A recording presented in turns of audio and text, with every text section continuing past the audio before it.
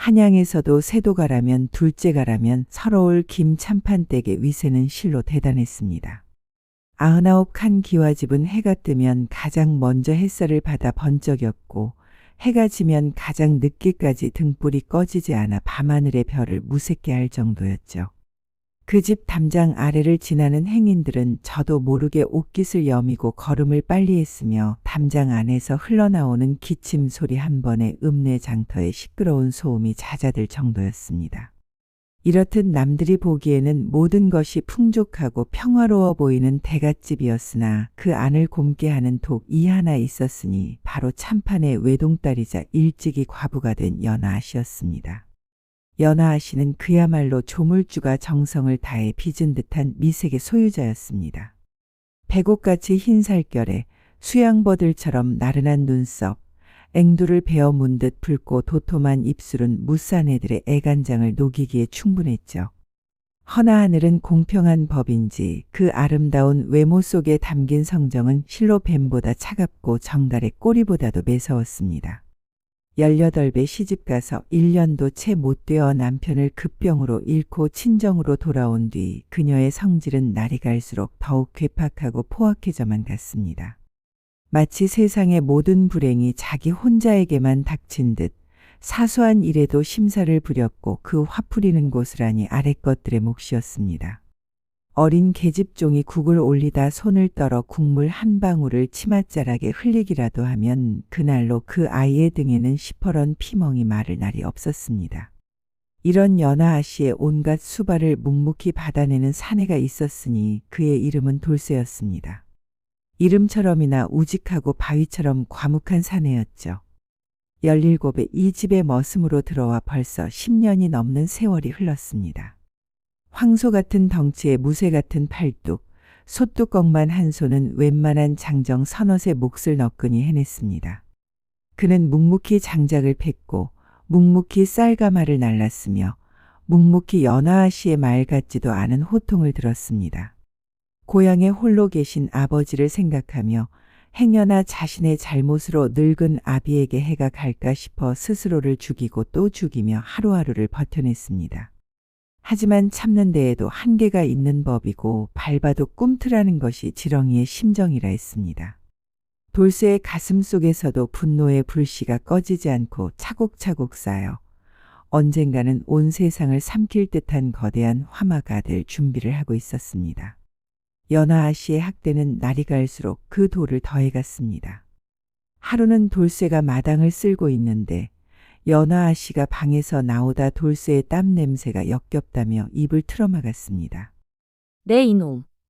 짐승 같은 몸뚱이에서 풍기는 악취가 내 코를 썩게 하는구나. 어디 천한 것이 감히 내 눈앞에서 그 더러운 땀을 흘리느냐. 당장 썩 꺼지지 못할까. 그러고는 곁에 있던 물동이를 발로 걷어차 그 물을 고스란히 돌쇠에게 뒤집어 씌웠습니다. 한겨울 쌀을 애는 듯한 추위 속에서 돌쇠는 얼음장 같은 물을 뒤집어 쓰고도 그저 고개를 조아릴 뿐이었습니다. 괜찮았습니다. 이런 수모는 이제 이골이 날 정도였으니까요. 하지만 그의 두 주먹은 자신도 모르는 사이에 허연 뼈마디가 드러나도록 세게 쥐어져 있었습니다. 그러던 어느 날 기어이 사달이 나고야 말았습니다. 며칠 뒤면 고향에 계신 아버지의 환갑이었습니다. 비록 몸은 가지 못하지만 아들의 정성이라도 보여드리고 싶었던 돌쇠는 며칠 밤을 꼬박 세워 집신 한 켤레를 엮었습니다. 자신의 투박한 손으로 만들 수 있는 가장 귀한 선물이었습니다. 한 올 한 올 아버지의 발이 편안하시길 바라는 마음으로 정성껏 엮은 집신을 행여나 누가 밟을세라 조심스레 자신의 방 한쪽에 고이 모셔두었습니다. 그날 오후 연아 씨는 무슨 심술이 났는지 하인들의 처소를 둘러보겠다며 나섰습니다. 그러다 돌쇠의 방에서 그 집신을 발견하고는 눈살을 찌푸렸습니다. 이게 무엇이냐? 이따위 너저분하고 천한 것을 내 집안에서 만들다니? 썩은 집 냄새가 온 방에 배어 내 머리가 다 아프구나. 당장 내다 버리거라. 곁에 있던 다른 하인이 돌쇠의 사정을 이야기하며 선처를 구했습니다. 마님, 돌쇠놈이 며칠 뒤 환갑이신 아버님께 보내려 밤새 엮은 것이옵니다. 너그러이 보아주시옵소서. 그 말이 연하아 씨의 심기를 더욱 거슬렀던 모양입니다. 그녀는 코웃음을 치며 집신을 발로 툭 걷어찼습니다. 머슴의 애비가 환갑인 것이 나랑 무슨 상관이냐. 내 놈들 천것들의 생일잔치까지 내가 헤아려야 하느냔 말이다. 부정을 타겠구나. 당장 저것을 아궁이에 던져 넣어 태워버려라. 내 집에서 저런 더러운 것을 보았다는 것만으로도 소름이 돋는다. 마침 일을 마치고 돌아오던 돌쇠는 그 광경을 목격하고 말았습니다. 자신이 밤새 정성으로 엮은 집신이, 아버지의 발을 감싸주어야 할 그 귀한 집신이 연하 아씨의 비단신 발길질에 채여 마당을 뒹굴고 이내 다른 하인의 손에 들려 부엌 아궁이에 시뻘건 불길 속으로 던져지는 것을 두 눈으로 똑똑히 보았습니다. 활활 타오르는 불길 속에서 집신이 한 줌의 재로 변해가는 것을 보는 순간 돌쇠의 머릿속에서 무언가 뚝하고 끊어지는 소리가 났습니다. 지난 10년간 억눌러왔던 모든 서름과 분노가 한꺼번에 터져나왔습니다.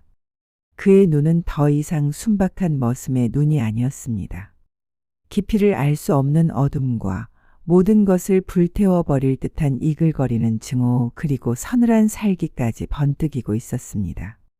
그는 아무 말 없이 돌아섰지만 그의 등에서는 차마 인간의 것이라고는 할 수 없는 무시무시한 기운이 뿜어져 나왔습니다. 연하 아씨조차 순간 저도 모르게 움찔했을 정도였죠. 그날 밤 돌쇠는 자신의 방에 돌아와 짐승처럼 울부짖었습니다. 소리 없는 통곡이었습니다. 눈물은 나오지 않았습니다. 대신 가슴 속에서 시커먼 불덩이가 들끓었습니다. 이대로는 살 수 없다. 아니, 이대로는 죽을 수도 없다. 저 오만하고 잔인한 계집. 사람을 사람으로 보지 않고 벌레만도 못하게 여기는 저 계집에게 이 세상의 무서움을, 천한 것의 분노가 얼마나 무서운 것인지를 똑똑히 가르쳐 주어야 한다. 관아에 끌려가 목이 잘리는 한이 있더라도 이대로 끝낼 수는 없다. 이판사판이다. 결심은 섰습니다. 사리로 번뜩이던 돌쇠의 눈은 이내 차갑고 냉정하게 가라앉았습니다. 그는 복수를 계획하기 시작했습니다. 죽이는 것은 너무 쉬운 복수다. 저 계집이 가장 소중히 여기는 것, 그 고고한 양반의 자존심과 체면을 산산조각 내어 진창에 처박아 주리라. 그리고 알려주리라. 남자 없이는, 사내의 힘 없이는 한낱 연약한 계집에 불과하다는 것을. 그날부터 돌쇠는 다른 사람이 되었습니다. 겉으로는 여전히 묵묵한 머슴이었지만 그의 눈은 밤의 삭처럼 주위를 살폈습니다. 연하 아씨가 잠드는 시간, 순찰을 도는 하인들의 움직임, 담벼락의 가장 낮은 곳까지. 며칠에 걸쳐 그는 밤마다 광에 숨어들어 비상식량을 훔쳤습니다. 딱딱하게 말린 육포 몇 조각과 주먹밥 대여섯 개, 그리고 혹시 모를 상황에 대비해 주인 영감의 사랑방에서 몰래 놓았던 한 잎을 빼내 품에 숨겼습니다. 질긴 삼배 끈과 재갈을 물릴 부드러운 천도 미리 준비해 두었습니다. 그의 준비는 한치의 오차도 없이 치밀했습니다. 그리고 마침내 거사의 날이 밝았습니다. 그날은 달도 별도 모두 구름 뒤에 숨어 한치 앞도 보이지 않는 금음날 밤이었습니다. 밤이 깊어 모두가 잠든 시간, 돌쇠는 고양이처럼 소리 없이 자신의 처소를 빠져나왔습니다. 그의 손에는 질긴 밧줄이 들려 있었습니다. 연하 아씨의 방문은 언제나처럼 굳게 닫혀 있었지만 10년 넘게 이 집의 구조를 송금 보듯 꿰고 있는 그에게는 아무런 장애도 되지 않았습니다. 살며시 문고리를 잡고 안으로 들어선 순간 방 안을 가득 채운 값비싼 향내음이 그의 코를 찔렀습니다. 어둠 속에서도 화려한 비단 이불 속에서 새근새근 잠든 연하 아씨의 희미한 윤곽이 보였습니다. 세상의 모든 근심 걱정은 자신과 아무런 상관이 없다는 듯 평온하게 잠든 얼굴. 그 얼굴을 보는 순간 아궁이에서 타들어가던 집신의 모습이 다시 떠오르며 돌쇠의 가슴속 분노가 머리끝까지 치솟았습니다. 그는 한치의 망설임도 없이 잠든 연하 아씨에게 달려들어 산돼지를 덮치는 호랑이처럼 그녀의 몸을 덮쳤습니다. 푹신한 이불 위에서도 그의 무게는 연하 아씨의 숨을 턱 막히게 하기에 충분했습니다. 비명을 지를 틈도 없이 솥뚜껑만 한 손이 그녀의 입을 틀어막았고 다른 한 손은 재빨리 준비해온 천으로 재갈을 물렸습니다. 읍, 읍 하는 소리가 이불 속에서 희미하게 터져 나왔지만 이미 때는 늦었습니다. 돌쇠는 잠시의 저항도 허락하지 않고 비단 이불째 그녀의 몸을 둘둘 말아버렸습니다. 마치 빨랫감을 싸듯 혹은 커다란 짐짝을 꾸리듯. 그렇게 연하아 씨를 통째로 둘러싼 이불 보따리를 어깨에 가볍게 둘러맨 돌쇠는 어둠 속으로 발걸음을 옮겼습니다. 그의 심장은 미친 듯이 뛰고 있었지만 그 얼굴에는 기묘한 평온함마저 감돌고 있었습니다. 10년간 자신을 짓눌렀던 굴욕의 공간을 빠져나오며 그는 난생 처음으로 자신이 스스로의 운명을 개척하고 있다는 야릇한 해방감을 느꼈습니다. 이제 길고 험난한 여정이 시작될 터였습니다. 저 어깨 위에 오만한 계집이 자신의 발 아래서 울며 애원하게 될 그날까지 밤새 돌쇠의 어깨에 자루처럼 들쳐매어 세상 모르고 흔들리길 몇 시간이었을까. 연하아 씨가 처음으로 의식을 차린 것은 등줄기를 파고드는 축축한 냉기와 뼛속까지 스며드는 흙냄새 때문이었습니다. 눈을 뜨자 보인 것은 화려한 비단 천장도 자신을 시중들던 계집종의 얼굴도 아니었습니다. 정체를 알 수 없는 풀벌레 소리가 귀를 어지럽혔고 짙은 녹음이 하늘을 가린 깊은 산중 바로 그 맨바닥에 자신이 내팽개쳐져 있다는 사실을 깨닫는 데는 그리 오랜 시간이 걸리지 않았습니다. 지난밤의 기억이 파편처럼 스쳐 지나갔습니다. 짐승처럼 자신을 덮치던 돌쇠의 거대한 그림자, 비명조차 삼켜버린 두꺼운 손, 그리고 이불째 몸이 감싸이던 그 끔찍한 감각까지. 모든 것이 꿈이 아니었습니다. 정신이 들자마자 그녀의 온몸을 지배한 것은 참을 수 없는 분노였습니다. 감히 일개 머슴 따위가 주인의 몸에 손을 대고 이 야심한 산골까지 끌고 오다니. 이것은 반역이었고 능지처참을 하고도 남을 대역죄였습니다. 마침 돌쇠가 다가와 입에 물렸던 재갈을 거칠게 풀어주자마자 그녀의 붉은 입술에서는 기다렸다는 듯이 뱀의 독보다도 지독한 저주가 봇물 터지듯 쏟아져 나왔습니다. 이 천하에 죽일 놈. 내 이놈이 지금 제정신이냐. 여기가 어디인지나 알고 있다위 미친 짓을 벌이는 것이야. 당장 이 더러운 밧줄을 풀지 못할까. 날이 밝는 대로 관아의 고에 내 놈의 사지를 찢어 죽이고 내 놈의 늙은 애비는 관노로 삼아 평생 똥이나 푸게 만들 것이다. 내 반드시 내 놈의 뼈를 갈아 가루로 만들어 바람에 날려버릴 것이야. 그 살기등등한 악다구니에도 돌쇠는 눈썹 하나 까딱하지 않았습니다. 그는 그저 무심한 표정으로 땀을 훔치며 연하아 씨의 손목과 발목을 묶었던 밧줄을 풀어줄 뿐이었죠. 하지만 그것은 해방이 아니었습니다. 풀어준 밧줄의 다른 한쪽 끝은 자신의 허리춤에 단단히 묶여 있었습니다. 길길이 날뛰는 망아지를 다루듯 그녀의 몸에 긴 고삐를 매단 모양새였습니다. 그의 거칠고 굳은 살이 박인 손이 희고 고운 자신의 발목을 스치자 연하아 씨는 마치 독충에 쏘인 듯 기겁하며 몸을 비틀었습니다. 더러운 손 치우지 못할까. 내 놈 따위에 천한 것이 어딜 감히 내 몸에 손을 대는 것이냐. 돌쇠는 그제야 처음으로 입을 열었습니다.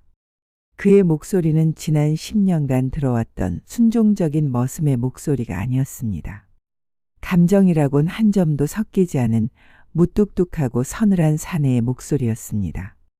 마님, 여기서 마님을 마님으로 받들어줄 놈은 저기 저 하늘을 맴도는 까마귀밖에 없어. 이제부터 마님은 마님이 아니라 그냥 계집이요.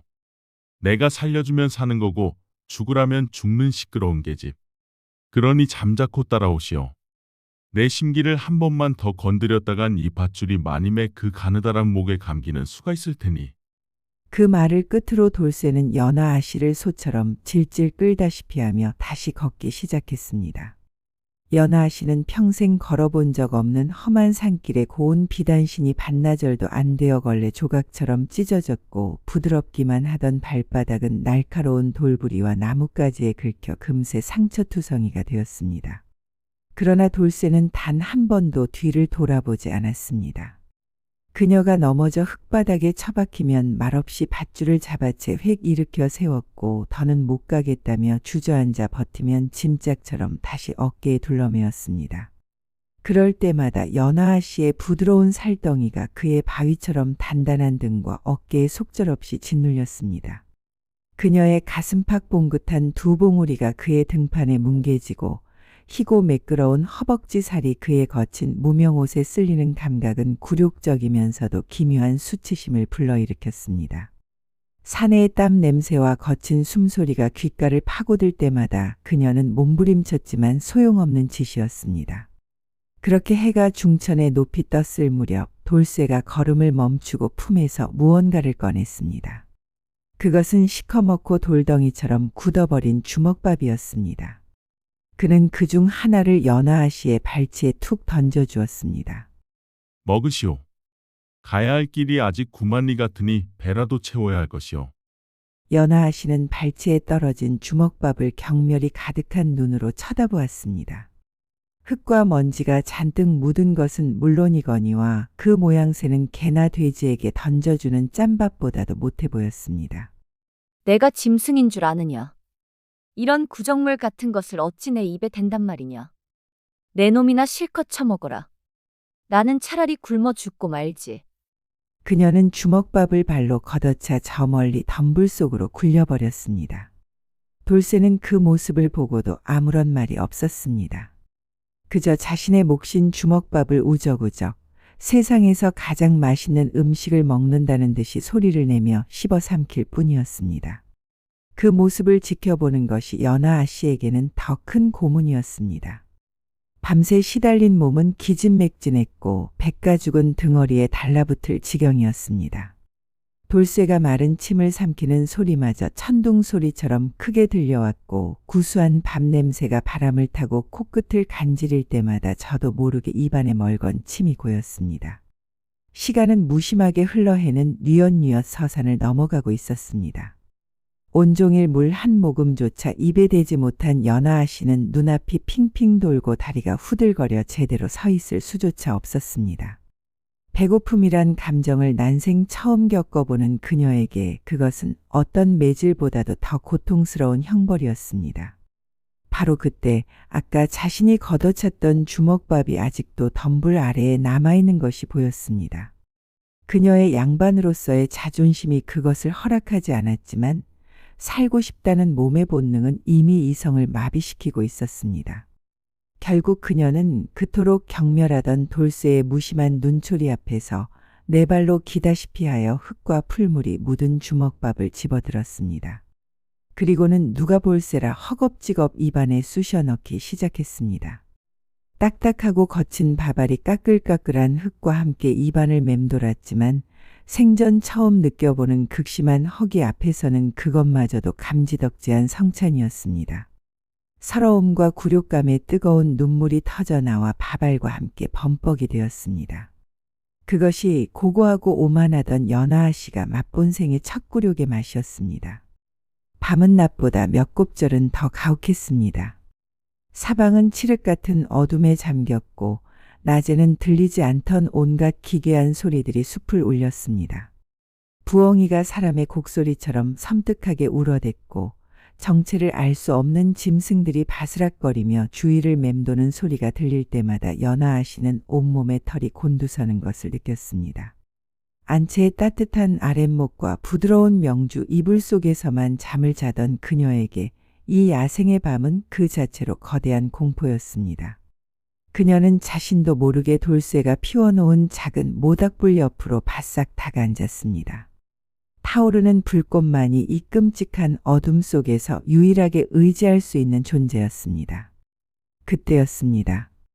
바로 등 뒤의 덤불 속에서 크르릉, 푸르륵 하는 낮고 위협적인 짐승의 소리가 들려왔습니다. 틀림없는 멧돼지였습니다. 그 소리를 듣는 순간 연하아 씨는 간신히 붙잡고 있던 이성의 끈을 완전히 놓아버리고 말았습니다. 꺄어. 그녀는 비명을 지르며 자신도 모르게 옆에 앉아있던 돌쇠의 팔뚝에 필사적으로 매달렸습니다. 조금 전까지만 해도 죽이고 싶었던 사내, 그토록 더럽다고 경멸했던 사내의 품을 파고들며 아이처럼 벌벌 떨었습니다. 그녀의 부드럽고 향기로운 몸이 그의 단단하고 땀에 전 몸에 빈틈없이 밀착되었습니다. 돌쇠는 그런 그녀를 내려다보며 껄껄 웃었습니다. 그 웃음소리는 연하아 씨에게 어떤 위협보다도 더 큰 모멸감을 안겨주었습니다. 참. 아까는 짐승이라더니 이제는 그 짐승품이 그리워졌어. 이 칠흑 같은 산속에서는 마님의 높은 신분보다 내 손에 들린 이 불붙은 몽둥이 하나가 훨씬 더 든든한 법이지. 이제 좀 알겠어. 사내 없이는 계집은 제 아무리 잘난 체를 해봐야 하룻밤도 편히 잠들 수 없는 연약한 존재일 뿐이라는 것을. 돌쇠는 거친 손으로 그녀의 어깨를 툭툭 치며 말했습니다. 그 손길은 위로가 아니라 마치 겁에 질린 암컷 짐승을 다루는 듯한 투박함이 묻어 있었습니다. 연하아 씨는 치욕에 얼굴이 화끈거렸지만 차마 그의 품에서 떨어질 용기는 나지 않았습니다. 그녀는 그날 밤 자신을 납치한 사내의 등 뒤에서 그의 체온과 냄새에 의지한 채 뜬 눈으로 밤을 새워야 했습니다. 며칠이 더 흘렀습니다. 연하아 씨는 이제 더 이상 악을 쓰며 반항하지 않았습니다. 그것이 아무 소용없는 짓임을 뼈저리게 깨달았기 때문입니다. 그저 밧줄에 묶인 채 돌쇠가 주는 대로 먹고 그가 걷는 대로 따라 걸을 뿐이었습니다.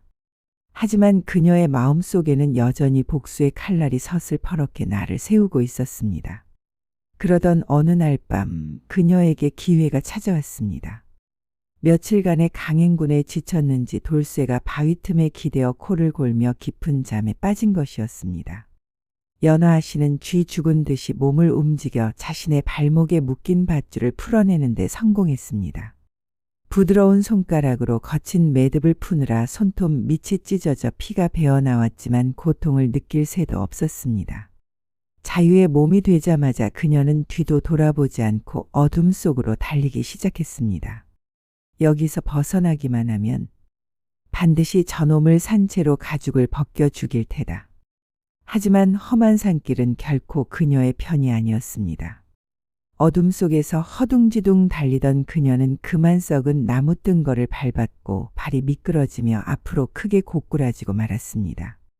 그리고 그 순간 발목에서 우두둑 하는 끔찍한 소리와 함께 숨을 쉴 수 없는 극심한 고통이 온몸으로 퍼져나갔습니다.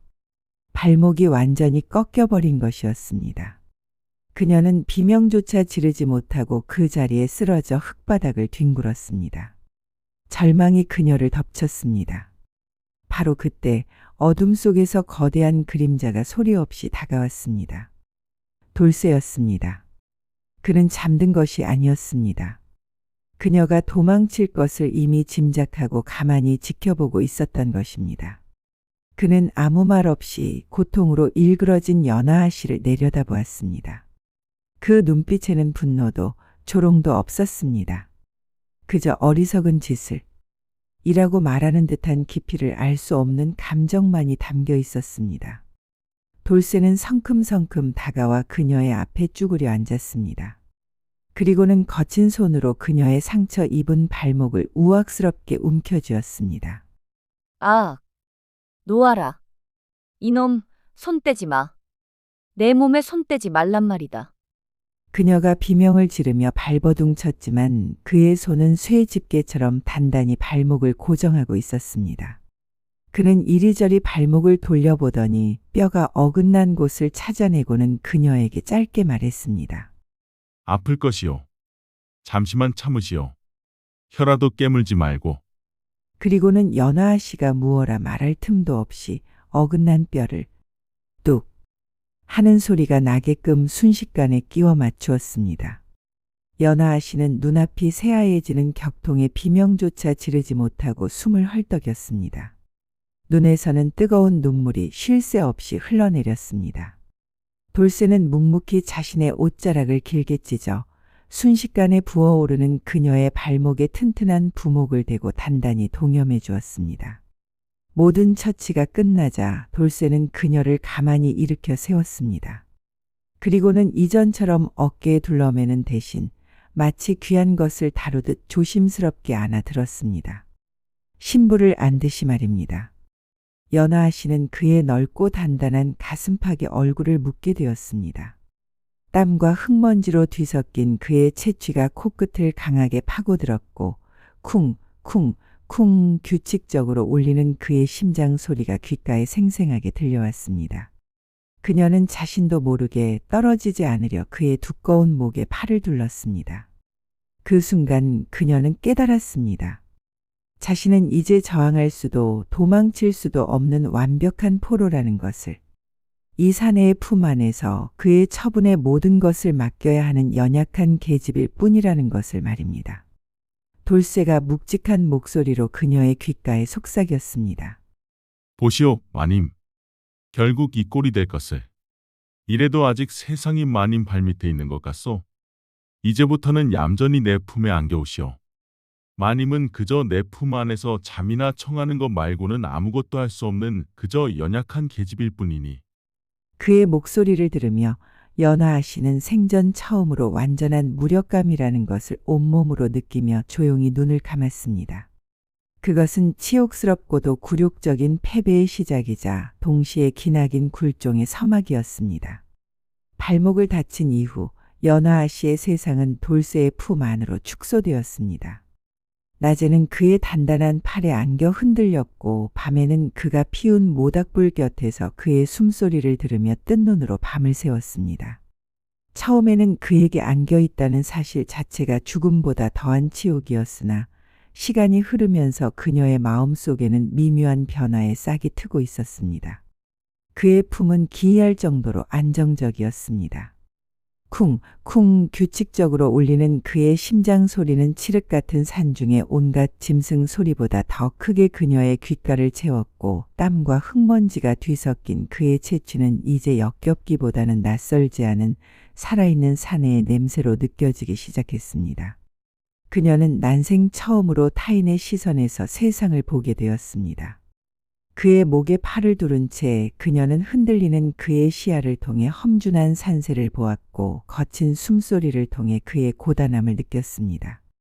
자신이라는 무거운 짐을 지고도 한 번에 지친 기색 없이 묵묵히 나아가는 그의 우직함은 그녀가 이제껏 경멸에 맞지 않았던 청것의 모습이 아니었습니다. 그것은 차라리 거대한 바위나 수백 년 묵은 고목처럼 비바람에도 흔들리지 않는 압도적인 존재감이었습니다. 그녀는 자신도 모르게 그의 얼굴을 땀이 송골송골 맺힌 목덜미를 그리고 쩍 벌어진 어깨를 훔쳐보는 일이 잦아졌습니다. 그렇게 며칠이 더 흘러 두 사람은 인적이 완전히 끊긴 험한 고갯마루에 들어서게 되었습니다. 예부터 귀신령이라 불리며 대낮에도 호랑이가 나타나고 해가 지면 산적대가 들끓어 장정 10명이라도 무사히 넘기 힘들다는 흉흉한 곳이었습니다. 스산한 바람이 횡하니 불어와 연하아 씨의 찢어진 옷자락 사이로 스며들었습니다. 그녀는 자신도 모르게 돌쇠의 목을 끌어안는 팔에 힘을 주었습니다. 바로 그때였습니다.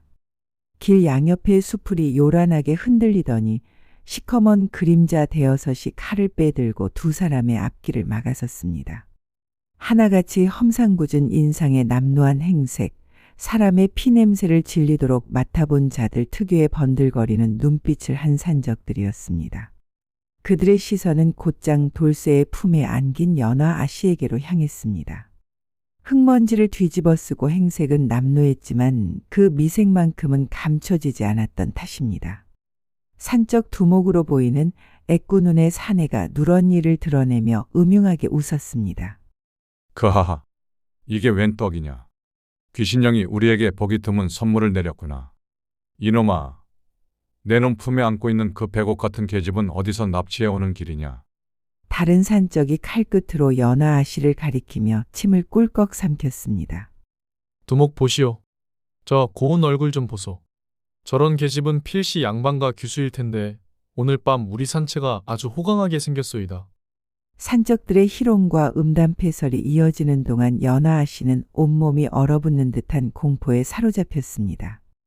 돌쇠에게 당한 굴욕과는 차원이 다른 생명의 위협이자 여인으로서 겪을 수 있는 최악의 공포였습니다. 차라리 돌쇠의 손에 죽는 것이 저 짐승 같은 놈들의 손에 더럽혀지는 것보다 100배는 나을 것 같았습니다. 돌쇠는 말없이 연화 아씨를 땅에 내려놓았습니다. 하지만 그냥 내려놓은 것이 아니라 자신의 등 뒤 커다란 바위 틈에 그녀를 조심스럽게 숨기듯 내려놓았습니다. 그리고는 지게를 내려놓고 그 지게를 받치던 단단한 물풀의 나무 작대기를 손에 고쳐 쥐었습니다.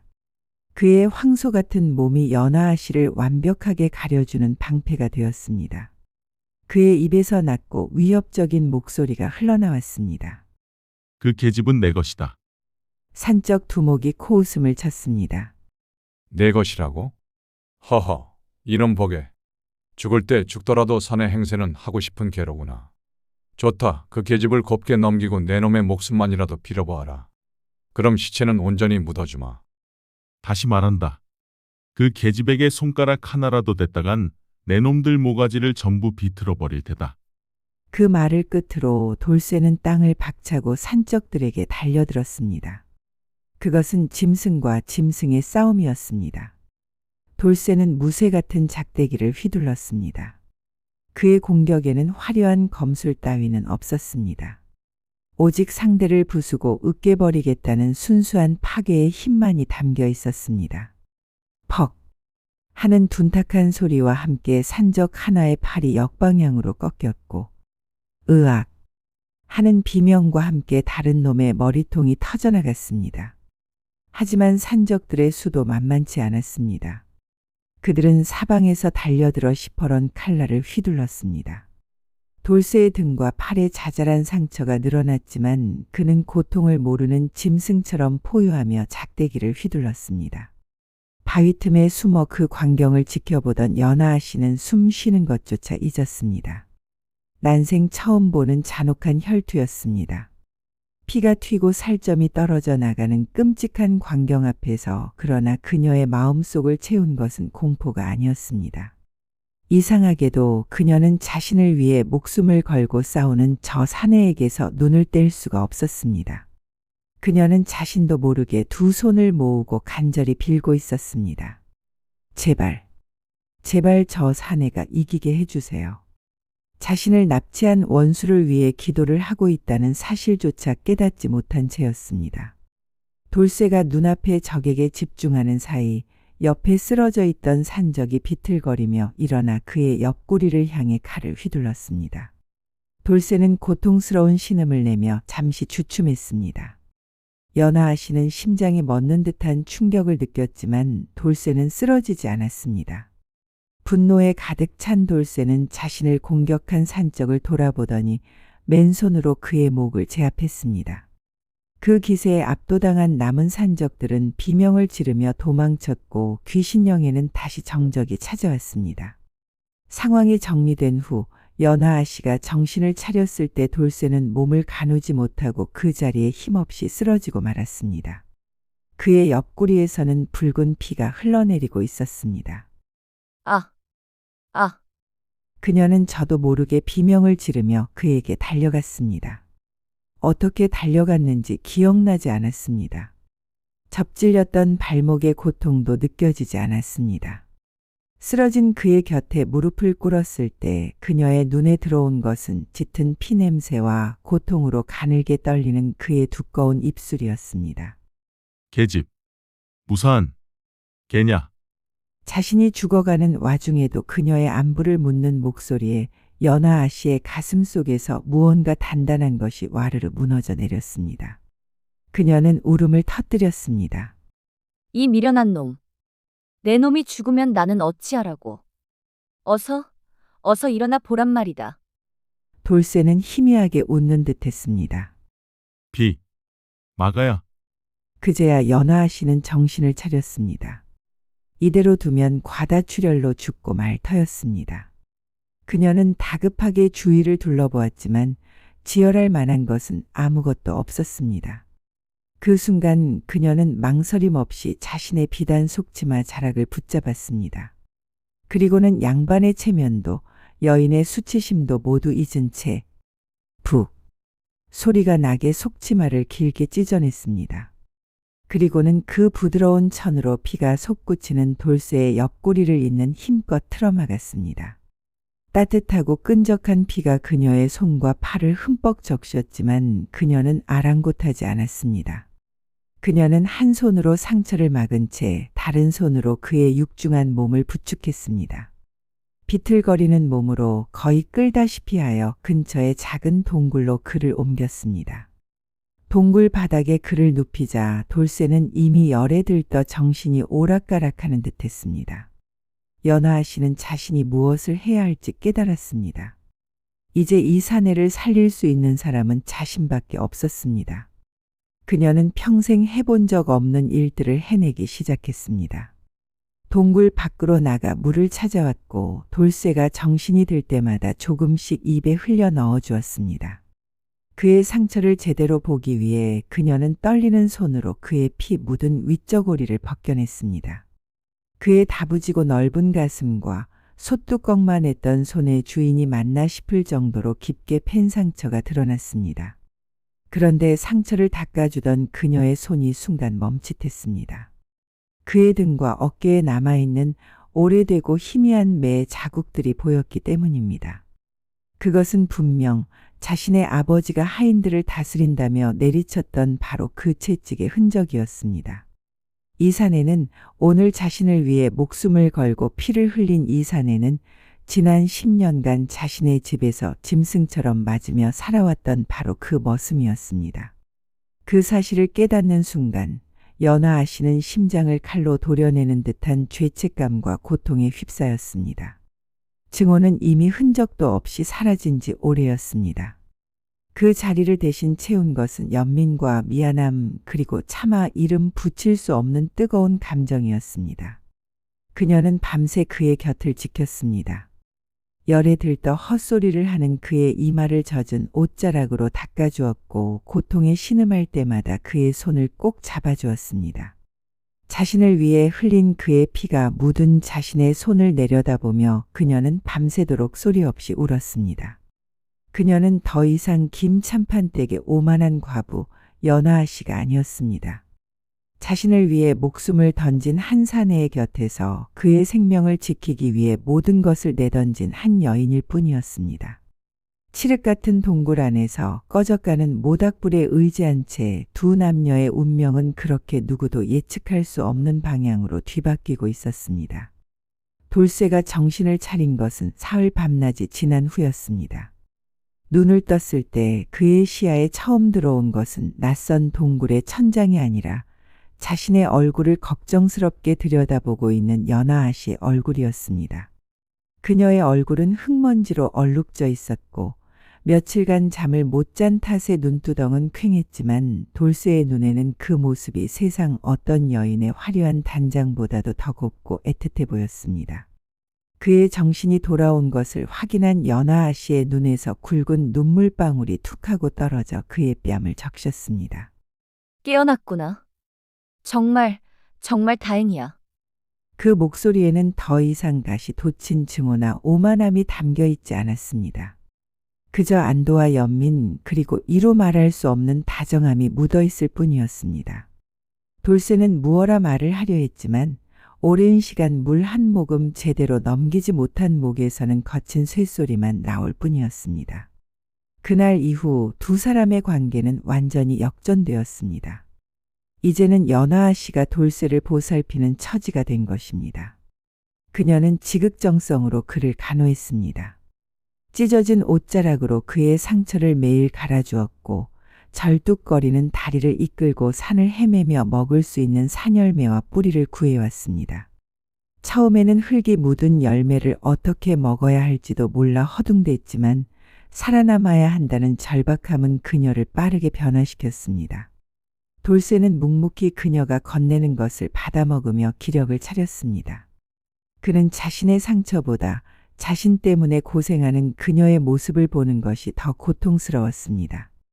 희고 고왔던 손은 나뭇가지에 긁히고 흙물이 들어 엉망이 되었고 비단 같던 살결은 햇볕에 그을려 거칠어져 갔습니다. 하지만 그녀는 단 한 번도 불평하지 않았습니다. 오히려 돌쇠가 미안한 표정을 지을 때면 옅게 웃으며 말했습니다. 미안해하지 마라.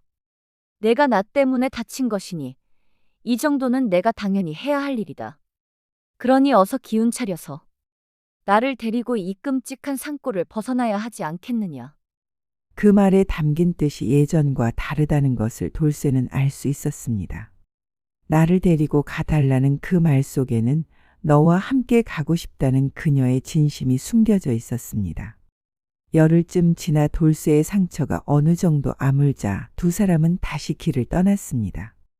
예전처럼 돌쇠가 그녀를 안는 대신 이제는 연화아 씨가 그의 팔을 부축하며 한 걸음 한 걸음 함께 나아갔습니다. 험한 길을 지날 때면 돌쇠가 앞에서 끌어주고 그녀가 뒤에서 밀어주었습니다. 둘 사이에는 더 이상 주인과 머슴이라는 보이지 않는 벽이 존재하지 않았습니다. 그들은 그저 이 험난한 세상을 함께 헤쳐나가는 한 사내와 한 계집일 뿐이었습니다. 그렇게 며칠을 더 걸어 마침내 두 사람은 저 멀리 산 아래로 드문드문 피어오르는 저녁밥 짓는 연기를 발견할 수 있었습니다. 돌쇠의 고향 마을이었습니다. 마을 어귀에 다다랐을 때 돌쇠가 걸음을 멈추고 연하아 씨를 돌아보았습니다.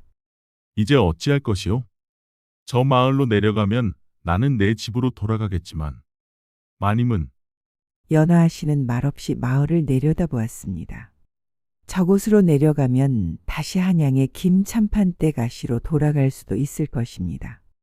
하지만 그녀는 고개를 저었습니다. 그 지긋지긋한 99칸 기와집으로 돌아가고 싶지 않았습니다. 사람을 벌레 보듯 하는 그 차가운 곳보다 비록 춥고 배고팠지만 자신을 위해 목숨을 걸어준 이 사내의 곁이 지난 몇 주간 생과 살을 넘나들었던 이 험한 산속이 차라리 더 따뜻하게 느껴졌습니다. 나는 이제 돌아갈 곳이 없다. 내 놈이 나를 여기까지 끌고 왔으니 내 놈이 나를 책임져야 할 것이야. 그것은 원망이 섞인 투정이었지만 그 속에는 온전히 그에게 의지하겠다는 간절한 마음이 담겨 있었습니다. 돌쇠는 그녀의 눈을 한참 동안 말없이 바라보더니 이내 투박한 손으로 그녀의 손을 조심스럽게 잡았습니다. 그리고는 한마디 말을 던졌습니다. 갑시다. 내 집으로. 돌쇠의 집은 마을에서도 가장 외딴 곳에 있는 금방이라도 쓰러질 듯한 흙집이었습니다. 그들을 맞이한 것은 허리가 굽고 백발이 성성한 돌쇠의 늙은 아버지였습니다. 아들의 갑작스러운 귀향과 그가 데려온 웬 곱상한 여인의 모습에 놓이는 어리둥절한 표정을 지었습니다. 돌쇠는 아버지를 안심시키려 둘러댔습니다. 아버지, 객지에서 인연이 다 함께 살기로 한 여인입니다. 오다가 산적을 만나 고생을 좀 했습니다. 연하아 씨는 낯선 환경과 늙은 시아버지 될 사람 앞에서 어쩔 줄을 몰라 했지만 노인은 그저 인자한 미소로 그녀를 맞이하며 따뜻한 아랫목을 내어줄 뿐이었습니다. 그날부터 연하아 씨의 새로운 삶이 시작되었습니다. 그녀는 이재아 씨가 아닌 돌쇠처로 불렸습니다. 처음에는 모든 것이 낯설고 서툴렀습니다. 솥에 밥을 하다 새까맣게 태우기 일쑤였고 빨래를 하러 개울에 나갔다가 옷을 떠내려 보내기도 했습니다. 하지만 그녀는 포기하지 않았습니다. 돌쇠의 아버지는 친딸처럼 그녀에게 차근차근 집안일을 가르쳐 주었고 마을 안악들도 처음에는 양반 출신이라며 수군거렸지만 그녀의 진심 어린 노력에 차츰 마음을 열고 살갑게 대해주었습니다.